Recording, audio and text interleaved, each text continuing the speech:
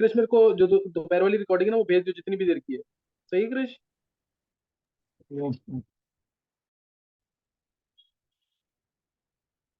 अच्छा अभी D and F block है ना, इसको नोट करना आगे।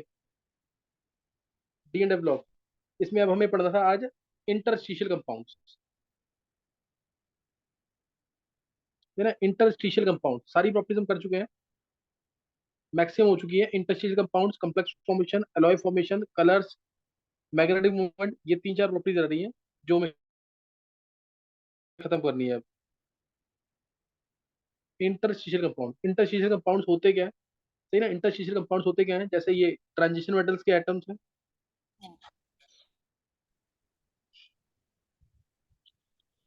ये ट्रांजिशन मेटल्स के एटम्स हैं।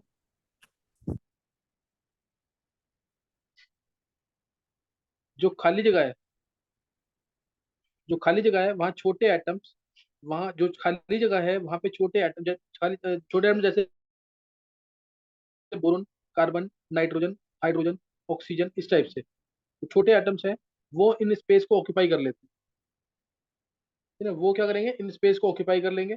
मेटल जो है, मेटल जो ट्रांजिशन मेटल है, वो इनके साथ वीक फोर्सेस बना लेगा। ट्रांजिशन मेटल जो है वो इनके साथ वीक, यहाँ पे आ गया जैसे, यहाँ पे कोई भी छोटे एटम जैसे एच आ गया, एच आ गया, एच आ गया, मतलब जरूरी नहीं हर जगह आए, बहुत सारे स्पेसिस पे आ सकता है, कुछ स्पेस खाली भी रहेंगे। छोटे एटम यहाँ पे आ जाएंगे, और मेटल जो है इनके साथ वीक फोर्सेस बना लेगा। मेटल जो है इनके क्या बना लेगा, वीक फोर्सेस, और रिजल्टिंग कंपाउंड को कहते हैं। बॉन्ड नहीं बनता, ध्यान रखना चीज का, वीक फोर्सेस आते हैं इसके अंदर, वीक फोर्सेस आते हैं। और वीक वंडरफुल फोर्सेस याद रख लो, वीक वंडरफुल फोर्सेस आते हैं। और रिजल्टिंग कंपाउंड को कहते हैं इंटरस्टिशियल कंपाउंड। रिजल्टिंग कंपाउंड को क्या कहेंगे, इंटरस्टिशियल कंपाउंड। क्या बोला मैंने, दोबारा सुन लेंगे एक बार, एक बार इसको दोबारा सुन लेंगे। मैंने क्या बोला इसमें, transition metals they have large number of voids in them. Transition metals they have large, notes पे exactly same लिखा होगा। Transition metals they have large number of voids in them, where small atoms like boron, carbon, nitrogen, hydrogen, oxygen occupy spaces. Metal, metal जो है, it forms weak van, they are attached to the metal through weak van der Waals forces. They are attached to the metal through weak van der Waals forces. Such compounds are called as interstitial compounds. Such compounds are called as interstitial compounds. Exactly same words होने चाहिए। What are interstitial compounds आता है, तो ये exactly same words होने चाहिए। और hydrogen जब भी आएगा, देखो जब खाली जगह भर रही है तो डेंसिटी बढ़नी चाहिए, बढ़ती है हर केस में डेंसिटी, बोरोन में, कार्बन में, नाइट्रोजन में, ऑक्सीजन में। लेकिन हाइड्रोजन जब आता है ना, तो इसमें एक्सपेंशन होता है। हाइड्रोजन जब आता है तो इस केस में एक्सपेंशन होता है, और एक्सपेंशन की वजह से हाइड्रोजन के केस में डेंसिटी डिक्रीज होती है, बाकी सब केस में इंक्रीज होती है। हाइड्रोजन के केस में डेंसिटी डिक्रीज होती है, बाकी सब केस में इंक्रीज होती है। और ये लॉ ऑफ कांस्टेंट प्रोपोर्शन को फॉलो नहीं करते हैं। सही ना, मेटल टू हाइड्रोजन रेशियो जो होता है, metal to any small element ratio जो होता है वो फिक्स नहीं होता है, ये फिक्स नहीं होता है। तो ये लॉ ऑफ कांस्टेंट प्रोपोर्शन को फॉलो नहीं करते। जैसे, जैसे इसके अंदर मैंने बोला एफ ई आया, ओ आया मान लो, तो एफ ई 0.95 ओ आ गया, जैसे सॉलिड स्टेट में पढ़ा था तुम्हें। निकल के साथ ओ आया, 0.98 ओ आ गया। टी आई के साथ एच आया, तो 1.5 से लेके 1.8 तक, कोई फिक्स वैल्यू नहीं है ये, depending upon temperature and pressure ये वैल्यू चेंज हो सकती है। तो इसलिए मेटल टू हाइड्रोजन का, या metal to any small element, उसका रेशियो जो है फिक्स नहीं है, रेशियो फिक्स नहीं है, इसलिए लॉ ऑफ कांस्टेंट प्रोपोर्शन को फॉलो नहीं करते। सही ना। तो ये ध्यान रखना, इसके अंदर एग्जांपल मैंने लिख दिया यहाँ पे, एग्जांपल ये लिख दिया मैंने यहाँ पे। ये पता होना चाहिए, टंगस्टन कार्बाइड भी इसकी एग्जांपल में आ सकता है। टंगस्टन कार्बाइड बेस्ट एग्जांपल दी हुई है यहाँ पे, ध्यान रखना है। Fe3H हो सकता है, Fe3H इस टाइप के। नाइट्रोजन के केस में, नाइट्रोजन के केस में आ सकता है मैंगनीज के साथ Mn4n, Mn4n इस टाइप से आ सकता है। यहाँ पे जो आर, जैसे मान लो यहाँ पे ले लिया मैंने, बोरोन, कार्बन, नाइट्रोजन, हाइड्रोजन, कोई भी, अपॉन में, अपॉन में radius of transition metal, radius of transition metal, इसकी वैल्यू भी अप्रोक्सीमेटली 0.225 से 0.414 भी हो सकती है, या 0.713 तक जा सकती है। 414 या 0.732 मान लेना, 2.732, ये वैल्यू लगभग जा सकती है। तो ये कुछ अंदाजा है, ये ध्यान रखना इस चीज को। पेपर में क्वेश्चन जो आएगा वो बहुत सिंपल आएगा, what are interstitial compound, right their properties, right their features, features भी पूछते हैं इसके अंदर, फीचर्स पता होने चाहिए तुम्हें, सही ना, राइट देयर फीचर्स या कैरेक्टरिस्टिक्स। तो कैरेक्टरिस्टिक्स क्या है इसकी, कैरेक्टरिस्टिक्स जब छोटे एटम्स आ जाएंगे बीच में तो ये क्या हो जाएंगे, hard and rigid, they will become hard and rigid, higher melting point, boiling point, higher MPBP, conductivity, number of electron transmitters के सेम रहेंगे, conductivity same as that of metal, conductivity same रहेगी जो मेटल की है, conductivity same as that of metal, they acquire chemical inertness, जब खाली जगह बची ही नहीं है तो यानी केमिकली इनर्ट हो जाएंगे, केमिकल इनर्टनेस,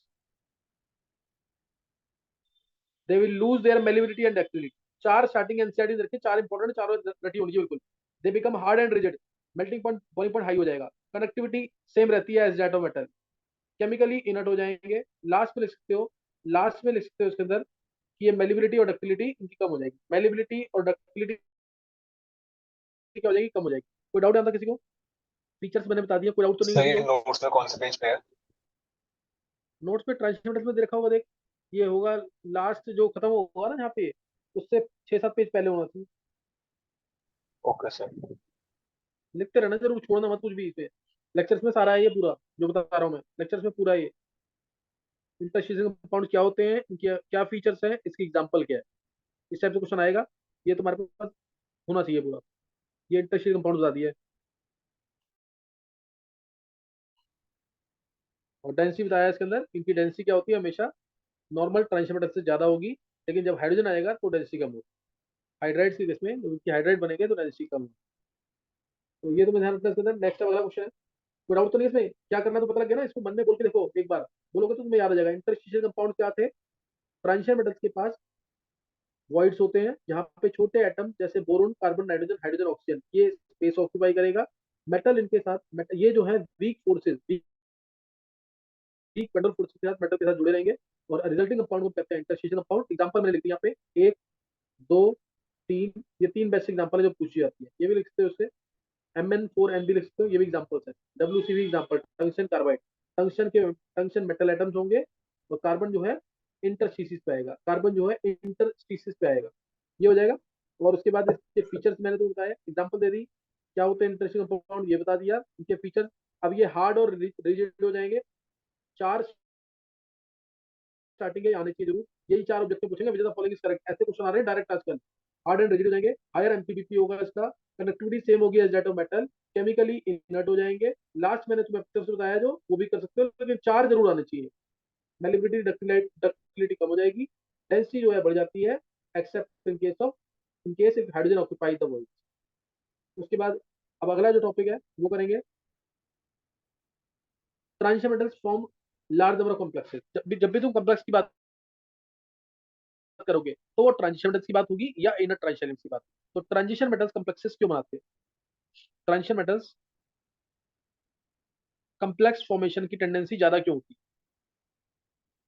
तो बहुत सिंपल सा आंसर है इसका, कॉम्प्लेक्स फॉर्मेशन के लिए, कॉम्प्लेक्स फॉर्मेशन तुम्हें, मतलब इसकी एग्जांपल तो बहुत सारी पता है, तुमने कॉन्डिशन में पढ़ रखी है, CuNH3 होल 4, स्विट्जर्स आयन याद होगा, FeH2O होल 5, NO, बाहर SO4, brown ring, brown colour due to charge transfer, ये स्विट्जर्स आयन, नाम पता होना चाहिए सारे, Na2FeCN5NO, FeCN5NO, FeCN5NO, ये है सोडियम नाइट्रोक्लोराइड, नीट में पूछा हुआ है जी, सही ना, सल्फाइड आयन का डिटेक्शन करता है, NOS बनेगा, वायलेट कलरेशन आ जाएगा। तो ये है सोडियम नाइट्रोक्लोराइड, सोडियम नाइट्रोक्लोराइड, ऊपर आयरन की स्टेट +1 है, इधर आयरन की स्टेट +2 है, और NO जो है वो +2 वाला है, NO जो है +2 वाला है, +1 वाला, सॉरी, NO क्या है, +1 वाला है। NO को इसलिए हम क्या बोलते हैं, नॉन इनोसेंट लिगेंड, क्योंकि इसके ऊपर चार्ज वेरी करता है, 0 भी हो सकता है, +1 भी हो सकता है, कई केसेस में -1 भी देखा गया है। जैसे चार्ज फिक्स है तो वो इनोसेंट लिगेंड होता है, जैसे एमोनिया, H2O, Cl-, इन सब पे चार्ज फिक्स है, तो ये इनोसेंट लिगेंड है। और ये NO हो गया, इसमें चार्ज फिक्स नहीं है। O2 हो गया, O2 पे चार्ज कोई फिक्स नहीं है, O2-, O2-2-, O2 अकेला भी आ गया, सही ना, तो इसमें चार्ज फिक्स नहीं है, तो ये नॉन इनोसेंट लिगेंड, ये नॉन इनोसेंट लिगेंड। ये पहले बताया हुआ मैंने। तो ये आ गया सोडियम नाइट्रोक्साइड। ये कम्प्लेक्सेस सब किसके बन रहे हैं transition? R H C L PPH3 whole thrice. यार है किसी को कौन सा है ये कौन सा है? Very homogeneous interesting. कैटालिसिस करता है ये। Homogeneous catalysis Wilkinson's catalyst. यार आ गया कि नहीं? है chloridotris triphenyl phosphine rhodium first, Wilkinson's catalyst. सही ना, विल्किंसंस कैटलिस्ट। इसके अलावा Ziegler Natta TiCl4 plus trialkyl aluminium, जो HDP की प्रिपरेशन में यूज होता है। ट्राई एल्काइल एल्यूमिनियम जिसमें टेम्परेचर 333 से 343 केल्विन था, और जो प्रेशर है वो 6 से 7 एटमोसफेयर। जिगलर नाटा कैटलिस्ट यूज होता है। इनमें भी ट्रांसमेटल आ ही रहे हैं। तो जितने भी कम्प्लेक्सेस तुम सोचोगे, तो उसमें ट्रांसमेटल 99% है ट्रांसमेटल या इनर ट्रांसमेटल होगा। अदरवाइज अल्कलाइन अर्थ मेटल का कम्प्लेक्स है कौन सा? क्लोरोफिल, जिसमें मैग्नीशियम प्रेजेंट है। उनके भी कम्प्लेक्सेस बनते हैं, उनके भी कम्प्लेक्सेस बनते हैं, है ना। लेकिन हीमोग्लोबिन में आयरन है, विटामिन B12 में कोबाल्ट है। विटामिन B12 में क्या है? कोबाल्ट। ज्यादातर ट्रांसमेटल देखने को मिलेंगे या इनर ट्रांसमेटल। अब कम्प्लेक्स फॉर्मेशन का रीजन क्या है इसका? ये कम्प्लेक्सेस इतने ज्यादा क्यों बनाते हैं, है ना, इतने ज्यादा कम्प्लेक्सेस क्यों बनाते हैं? तो उसके लिए स्मॉल साइज होना चाहिए।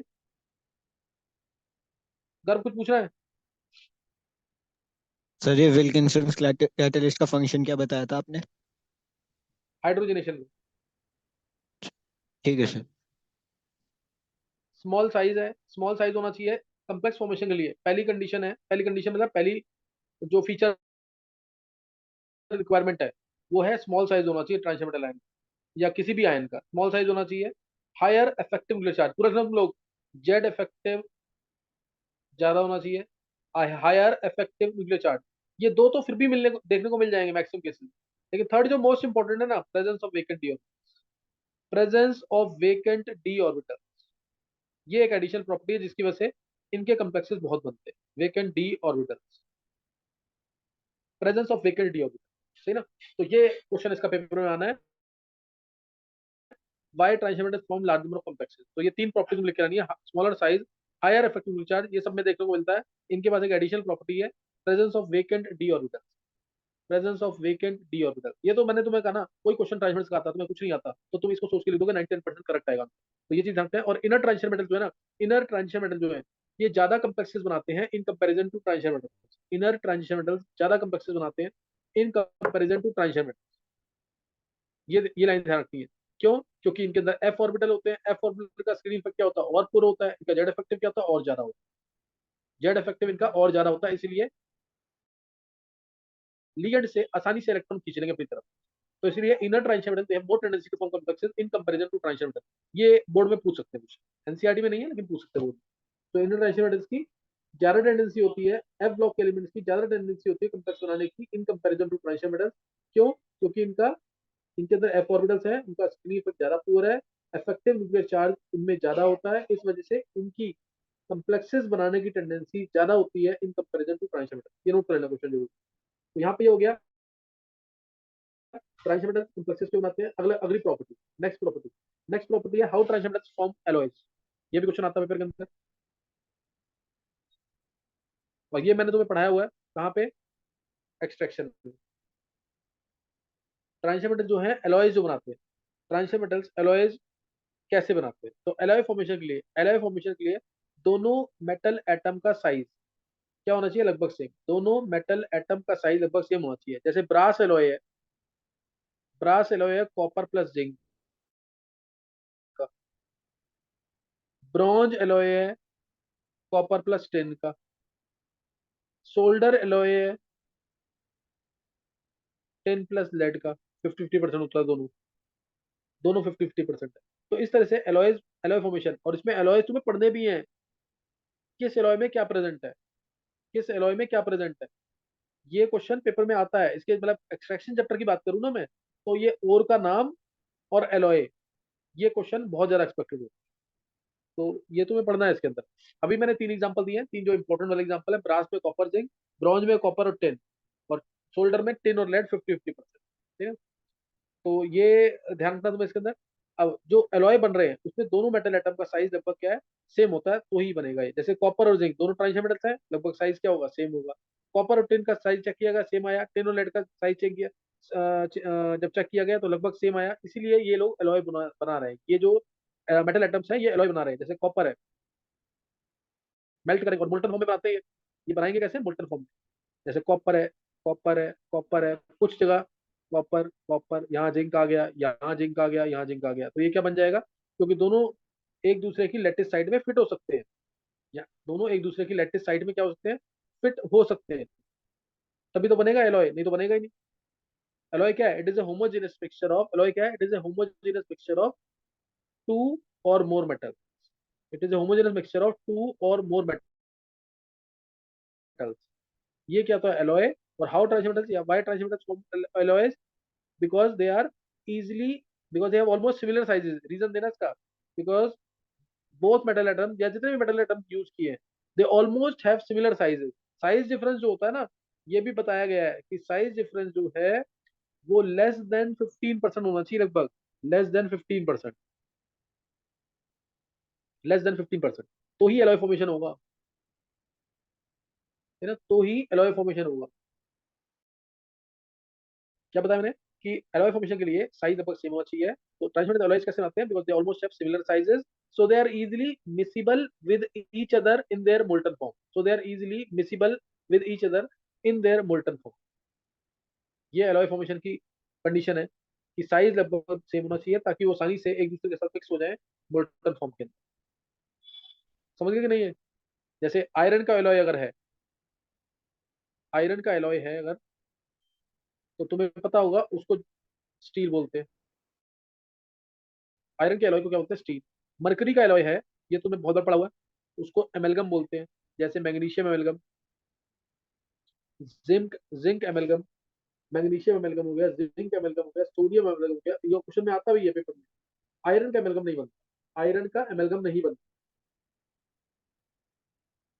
समझिए कि नहीं है? तो ये एलॉय फॉर्मेशन के लिए ध्यान रखना है। ये क्वेश्चन आता है कि विच फॉलोइंग कैन फॉर्म एमेल्गम। तो सोडियम एमेल्गम सुना हुआ तुमने ऑर्गेनिक के अंदर, मैग्नीशियम एमेल्गम, जिंक एमेल्गम, ये तीनों बहुत इंपॉर्टेंट। ये तीनों क्या है? बहुत इंपॉर्टेंट है। और आयरन का एमेल्गम नहीं बनता, ऑप्शन में आएगा आयरन तो उसका एमेल्गम बनता है।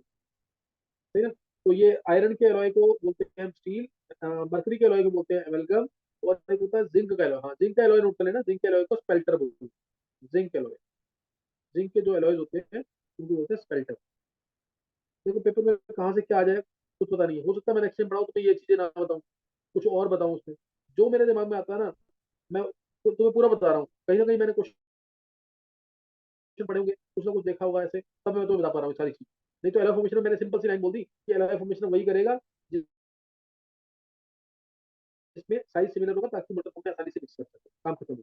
काम खत्म होने के जो बातें बताता हूँ एटलीस्ट नोट कर लिया करो, अगर नोट्स में नहीं है तो एलॉय फॉर्मेशन का एक बेस्ट एग्जांपल भी है, एलॉय फॉर्मेशन का एक बेस्ट एग्जांपल भी है, वो है पार्क्स प्रोसेस, जिससे हम लेड को अलग करते हैं सिल्वर से। पार्क्स प्रोसेस, पी से पार्क है ना, तो पी से लेड याद रखो, पीबी, पीबी के साथ सिल्वर आ जाता है। पार्क्स प्रोसेस किसके लिए होता है? ऑब्जेक्टिव में क्वेश्चन आता है तो तुम लिखोगे desilverization, desilverization of impure lead, है ना? Desilverization of impure lead, ये पार्क्स प्रोसेस है। पीबी के साथ एजी आ गया, फिर पीबी के साथ एजी आ गया तो तुम इसमें क्या डाल दो? पीबी आया और एजी आया, एजी की इम्प्योरिटी तुम डाल दोगे इसमें, ऊपर से जिंक, जिंक डाल दोगे तो उसमें क्या होगा? अब जिंक जो है वो आसानी से एजी के साथ बॉन्ड बना सकता है, कि दोनों ट्रांजिशन मेटल है, दोनों ट्रांजिशन मेटल है, तो ये आसानी से बॉन्ड बना लेगा, इसके साथ एलॉय बना लेगा मतलब। तो पीबी की डेंसिटी ज्यादा होगी, पीबी का मास सबको पता कितना 208 होता है, जिंक का मास भी कम है 65 है, और एजी का मास भी 108 है। तो पीबी की डेंसिटी ज्यादा, पीबी नीचे, और जिंक और एजी आ जाएंगे ऊपर, जिंक और एजी का आ जाएंगे ऊपर आ जाएंगे। समझ कि नहीं है? फिर डिस्टिलेशन करके ये सेपरेट तो होगा यहाँ पे। जब हम डिस्टिलेशन करेंगे, जब हम डिस्टिलेशन करेंगे तो जिंक क्या हो जाएगा? वेपर की जिंक का, मैंने तुम्हें बताया हुआ पीछे, इसका क्या होता है? इसका बॉइलिंग पॉइंट बहुत कम होगा, तो ये एस्केप कर जाएगा वेपर की फॉर्म में, और सिल्वर अलग हो जाएगा, सिल्वर अलग हो जाएगा, लेड तुम्हें मिल गया, लेड तुम्हें मिल गया। समझ आया कि नहीं है? पार्क्स प्रोसेस समझ आ गया कि नहीं?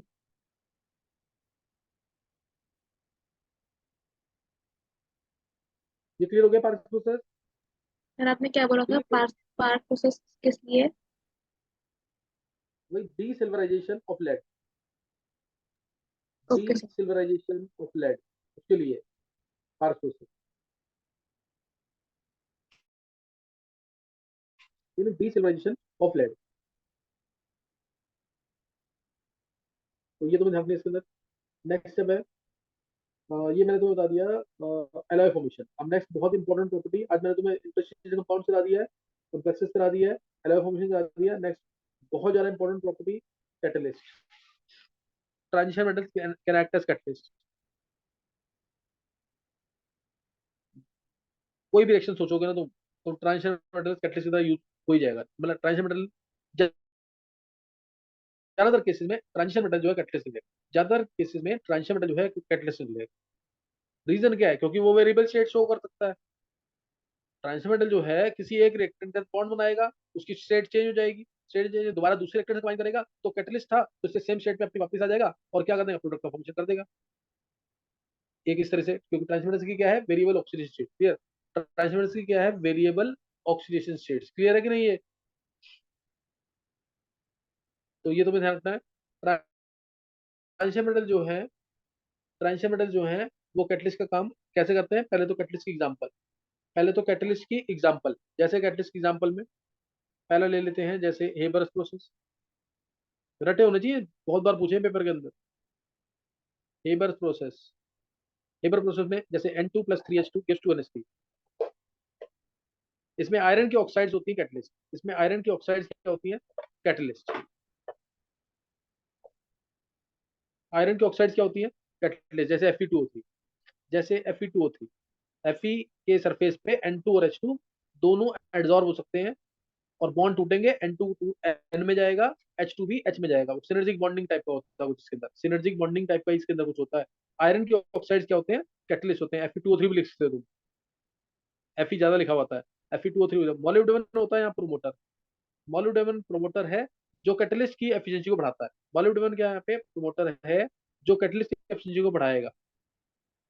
और कार्बन मोनोऑक्साइड होता है पॉइजन, CO बड़ा। कार्बन मोनोऑक्साइड पॉइजन है जो प्रोडक्ट बनने बनने नहीं देगा, जो प्रोडक्ट को बनने नहीं देगा, कैटलिस्ट की एफिशिएंसी को कम करेगा। तो कार्बन मोनोऑक्साइड को हम हटाते हैं यहाँ से। ये पता होना चाहिए तुम्हें। 723 केल्विन टेम्परेचर है, क्योंकि ये प्रोसेस एक्सोथर्मिक होता है प्लस हीट। तो इस रिएक्शन के लिए लो टेम्परेचर यही है, ये लो टेम्परेचर ये इस रिएक्शन के लिए 723 केल्विन लो टेम्परेचर इस रिएक्शन के लिए ये है। 20 मेगा पास्कल प्रेशर। ये सारी कंडीशन पता होनी चाहिए हेबर प्रोसेस के अंदर। हेबर प्रोसेस किसके लिए है, फॉर मैन्युफैक्चरिंग ऑफ अमोनिया। ये सबसे प्रायर, सबसे पहले ये हेबर प्रोसेस किसके लिए है, for manufacturing of ammonia. Iron के ऑक्साइड यहाँ पे कैटलिस्ट है, मोलिब्डेनम यहाँ पे मोटर है, CO यहाँ पे पॉइजन, CO यहाँ पे क्या है, पॉइजन। क्या क्लियर होगी बात की नहीं? ये पहला प्रोसेस है, Haber's process. Clear? Haber's process. दूसरा, सेकंड जो है, ये हेटेरोजेनस कैटलिस्ट का काम करता है। यहाँ पे N2 और H2 क्या है, गैसियस फॉर्म में। कैटलिस्ट किस फॉर्म में है, सॉलिड फॉर्म में। आयरन के सरफेस पे N2H2 आए, दोनों के बॉन्ड टूटेंगे, दोनों के बॉन्ड टूटेंगे, अमोनिया बनेगा। अमोनिया की कोई एफिनिटी नहीं होगी आयरन के सरफेस पे, तो ये बाहर निकल जाएगा। तो ये पहली एग्जांपल करनी है, Haber's process for manufacturing of ammonia. Haber's process for manufacturing of ammonia. दूसरी एग्जांपल इसकी, सेकंड एग्जांपल जैसे हम कर सकते हैं Ostwald process for manufacturing nitric acid. Ostwald process for manufacturing nitric acid, NH3+O2 डालेंगे, रेडॉक्स प्रोसेस है। प्लेटिनम के साथ 1100 केल्विन पे तो मिलता है NO+H2, वो NO+H2 मिलता है। NO और कंपाउंड है, इमीडिएटली एयर के प्रेजेंस में आएगा और ब्राउन कलर की गैस बना देगा NO2। इमीडिएटली एयर के प्रेजेंस में आएगा और ब्राउन कलर की गैस बना देगा NO2। और NO2 एक मिक्स्ड ऑक्साइड है, पानी डालते हैं इसमें, पानी डालते हैं इसमें क्या मिलेगा बताओ?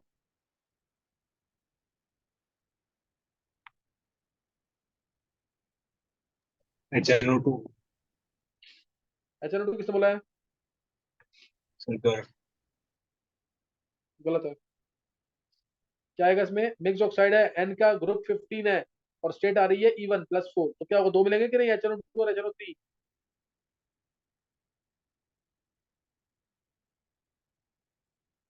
नहीं याद आया? ये अभी कराया मैंने, जब मैंने ऑक्सो एसिड पढ़ाया तभी तो पढ़ाया मैंने ये। क्लियर है कि नहीं? यस। ध्यान आ गया गर्भ के नहीं? यस। और HNO2 को गर्म कर दे, अगर इस HNO2 को दोबारा गर्म कर दोगे, बहुत इंपॉर्टेंट एक्शन है, बहुत ही इंपॉर्टेंट एक्शन, H3+N, याद करें इसको, नाइट्रस एसिड और heating gives HNO3, nitric acid plus NO। ऐसे ही H3PO2 या H3PO3 को गर्म करते हैं, दोनों कर लेना जरूरी है, अभी गर्म करते हैं इसको, तो डिस्प्रोपोर्शनेशन H3PO4 प्लस PH3। ये सब पूछी हुई है रिएक्शन, ये सारी रिएक्शन पूछी हुई है। तो क्या मिल जाता है, H3PO2 और H3PO4 plus PH3, disproportionation reaction है, इसलिए HNO2 को गर्म करेंगे तो दोबारा HNO3 प्लस NO मिल जाएगा। तो इस तरह से नाइट्रिक एसिड की प्रिपरेशन होती है ऑस्टल प्रोसेस से। कैटलिस्ट यहाँ पे भी क्या है, ट्रांजिशन, कैटलिस्ट यहाँ पे भी क्या है, ट्रांजिशन मेटल, और ये हेटेरोजेनस कैटलिस्ट का एग्जांपल है, हेटेरोजेनस कैटलिसिस का एग्जांपल है, क्योंकि कैटलिस्ट का सेम फेज नहीं है एज दैट ऑफ रिएक्टेंस, इसलिए ये भी एग्जांपल हेटेरोजेनस कैटलिसिस का। ऑस्टल प्रोसेस किसके लिए होता है, सबसे पहला क्वेश्चन ये पूछा जाता है, नाइट्रिक एसिड की मैन्युफैक्चरिंग के लिए। ये मैंने तुम्हें हाइड्रोजन चैप्टर में भी कराया हुआ, ये हाइड्रोजन चैप्टर में भी कराया हुआ, इसको कर लेना जरूर। और प्लेटिनम कैटलिस्ट मैंने यूज किया है, एनसीईआरटी में रोडियम भी दे रखा है 500 केल्विन पे, वो भी यूज हो सकता है, RH। तो ये दूसरा प्रोसेस हो गया, हेबर्स बता दिया, ऑस्टल बता दिया। नेक्स्ट है डीकॉन्स प्रोसेस, डीकॉन्स प्रोसेस ये है क्लोरीन की मैन्युफैक्चरिंग के लिए, Cl2 के लिए, HCl+O2। ये कभी कभी तुम्हारे टेस्ट में दिख जाएगा तुम्हें खुद ही, CuCl2 की प्रेजेंस में 723 केल्विन। CuCl2 यहाँ पे भी कॉपर की क्लोराइड कैटलिस्ट है, CuCl2 की प्रेजेंस में 723 केल्विन। क्या मिलेगा, Cl2+H2, Cl2+H2 मिलेगा, सही ना, Cl2+H2। तो ये Cl2 की मैन्युफैक्चरिंग है, क्लियर, Cl2 की मैन्युफैक्चरिंग। डीकॉन्स प्रोसेस रेडॉक्स प्रोसेस है, Cl2 की मैन्युफैक्चरिंग हो रही है यहाँ पे। Cl2 की मैन्युफैक्चरिंग बहुत सारे तरीके से होती है, जैसे MnO2 में तुम 4HCl डाल दो, ये भी रेडॉक्स प्रोसेस है। सारी रिएक्शन याद कर लेना, सारी पूछी हुई है एंट्रेंस में। MnCl2 plus Cl2, MnCl2 plus Cl2 और साथ में H2, ये भी Cl2 की मैन्युफैक्चरिंग। MnO2 के अंदर HCl पास करेंगे, HCl गैस पास करेंगे तो मिल जाता है। और इससे भी ज्यादा प्रिपरेशन इंपॉर्टेंट Cl2 की, NaCl के अंदर MnO2 और कंसंट्रेटेड H2SO4। ऐसे ही सोच लो तुम, NaCl और कंसंट्रेटेड HCl मिलकर क्या बना देगा, HCl ही बना देगा, और HCl प्लस MnO2 क्या बनता है, Cl2। ये वाली प्रिपरेशन सबसे इंपॉर्टेंट। क्या मिल जाएगा, Cl2 मिल जाएगा, समझ गए कि नहीं। और साथ में MnCl2 मिल रही है इसमें भी, और साथ में NaHSO4 प्लस H2,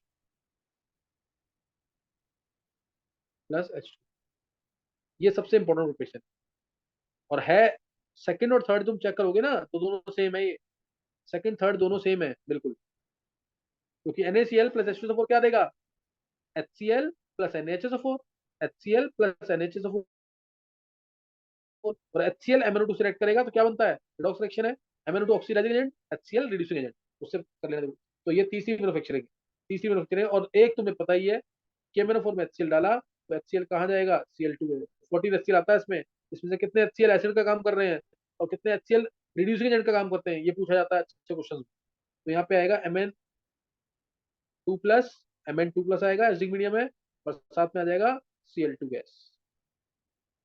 इसमें मेरा अंदाजा 5Cl2 आता है शायद, एक बार चेक कर लेना, तुम्हें पता लग जाएगा, बैलेंसिंग करोगे तो तुम्हें पता लग जाएगा कितने HCl हैं जो एसिड का काम कर रहे हैं और कितने HCl हैं जो रिड्यूसिंग का काम कर रहे हैं। तो ये चार मैंने बता दिया है, मेरे को बताना सिर्फ ये था HCl में CuCl2 डाला, ट्रांसमिटर कैटलिस्ट का काम कर रहा है और मिला Cl। तीसरा है, और ये भी प्रोसेस जो है हेटेरोजेनस कैटलिस्ट का है, कैटलिस्ट है सॉलिड और दोनों रिएक्टेंट्स हैं गैसेस, तो हेटेरोजेनस कैटलिस्ट का एग्जांपल है। फोर्थ एग्जांपल ये सारे करना है तुम्हें, कहीं ना कहीं मैट्रिक्स मैच की फॉर्म में दिखेगा ये, 2SO2 plus O2, presence V2O5 का, 2 बार प्रेशर, 700 केल्विन के आसपास टेम्परेचर, वही 720 केल्विन के आसपास temperature, 2 bar pressure, 700 kelvin temperature, V2O5 catalyst, vanadium pentoxide. Answer आएगा 2SO3 का, 2SO3 आएगा। 2SO3 में क्या डाल देंगे, अब से पूरा प्रोसेस याद है किसी को, कॉन्टैक्ट प्रोसेस है ये, कॉन्टैक्ट प्रोसेस फॉर मैन्युफैक्चरिंग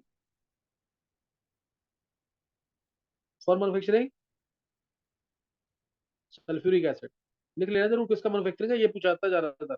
इसमें थोड़े से डालेंगे H2SO4, थोड़ा सा डालेंगे H2SO4, मिलेगा वॉल्यूम H2SO7, इसमें पानी डाल देंगे, इसे पानी डाल देंगे तो H2SO4 का अमाउंट अब बहुत ज्यादा बढ़ जाएगा। तो ये H2SO4 की मैन्युफैक्चरिंग है पूरी, H2SO4 की पूरी मैन्युफैक्चरिंग है। प्रोसेस का नाम है contact process, and again it is an example of heterogeneous catalysis, क्योंकि V2O5 सॉलिड फॉर्म में है, दोनों SO2 और O2 दोनों किस फॉर्म में, गैसियस फॉर्म, दोनों किस फॉर्म में, गैसियस फॉर्म में। तो ये प्रोसेस था कॉन्टैक्ट प्रोसेस। और सेम इससे मिलता जुलता एक प्रोसेस है लेड चैम्बर प्रोसेस। होमवर्क में ऐड कर लेना इसको, इतना इंपॉर्टेंट है ये होमवर्क में ऐड कर देना पांचों प्रोसेस। एक बॉस का प्रोसेस तुमने पढ़ा होगा, BOSCH, for manufacturing hydrogen, 11th class में hydrogen chapter. Lead chamber process, lead chamber process किसके लिए? Lead chamber process again for manufacturing sulphuric acid, लेकिन ये होमोजेनस कैटालिसिस का एग्जांपल है, होमोजेनस कैटालिसिस का 2SO2 plus O2 in the presence of NO gaseous, NO nitric oxide gaseous देता 2SO2। तो इसमें कैटलिस्ट का सेम फेज है as that of reactant, catalyst का सेम फेज है as that of reactant, therefore it is an example of homogeneous catalysis. और इसमें देखो बहुत तरीके से तुम्हें समझ आ जाएगा यहाँ पे मैकेनिज्म, बहुत तरीके से। और नेक्स्ट टाइम एक एग्जांपल दूंगा तुम्हें, सेम मैकेनिज्म में लिखना होगा, सेम मैकेनिज्म में लिखना होगा। 2SO2 plus O2 NO gaseous के प्रेजेंस में 2SO3 बना रहा है। देखो अब कैटलिस्ट जो है, कैटलिस्ट क्या करेगा, किसी NO गैसियस है, ये किसी एक रिएक्टेंट के साथ बॉन्ड बनाएगा, हाफ O2 लिया, किसी एक रिएक्टेंट के साथ बॉन्ड बनाएगा, NO2 बन जाएगा। NO2 क्या बन जाएगा, गैसियस फॉर्म, NO2 बन गया। अब ये इंटरमीडिएट है, ये इंटरमीडिएट क्या करता है, ये इंटरमीडिएट ऐसे, पहले रिएक्शन ऐसे जा रही थी, ये इसकी एक्टिवेशन एनर्जी को कम कर देगा, ये ऐसे लेगा रिएक्शन, तो एक्टिवेशन एनर्जी कम हो गई और इसी रिएक्शन बहुत फास्ट हो जाएगी। जो रिएक्शन मान लो 10 दिन में हो रही थी, अब वो 10 सेकंड में हो जाएगी, इतना रिएक्शन को फास्ट कर देगा। ये इंटरमीडिएट जो बना है ना, with lower value of activation energy, ये रिएक्शन को फास्ट कर देगा। अब NO2 बन गया, अब ये NO2 जो बना है it will combine with the other reactant that is SO2, और प्रोडक्ट मिल जाएगा SO3 and catalyst will remain unused in the reaction. क्या मैकेनिज्म समझ आ गया इसका? ये मैंने कराया हुआ तुम्हें काइनेटिक्स के अंदर, क्या समझ आ गया मैकेनिज्म?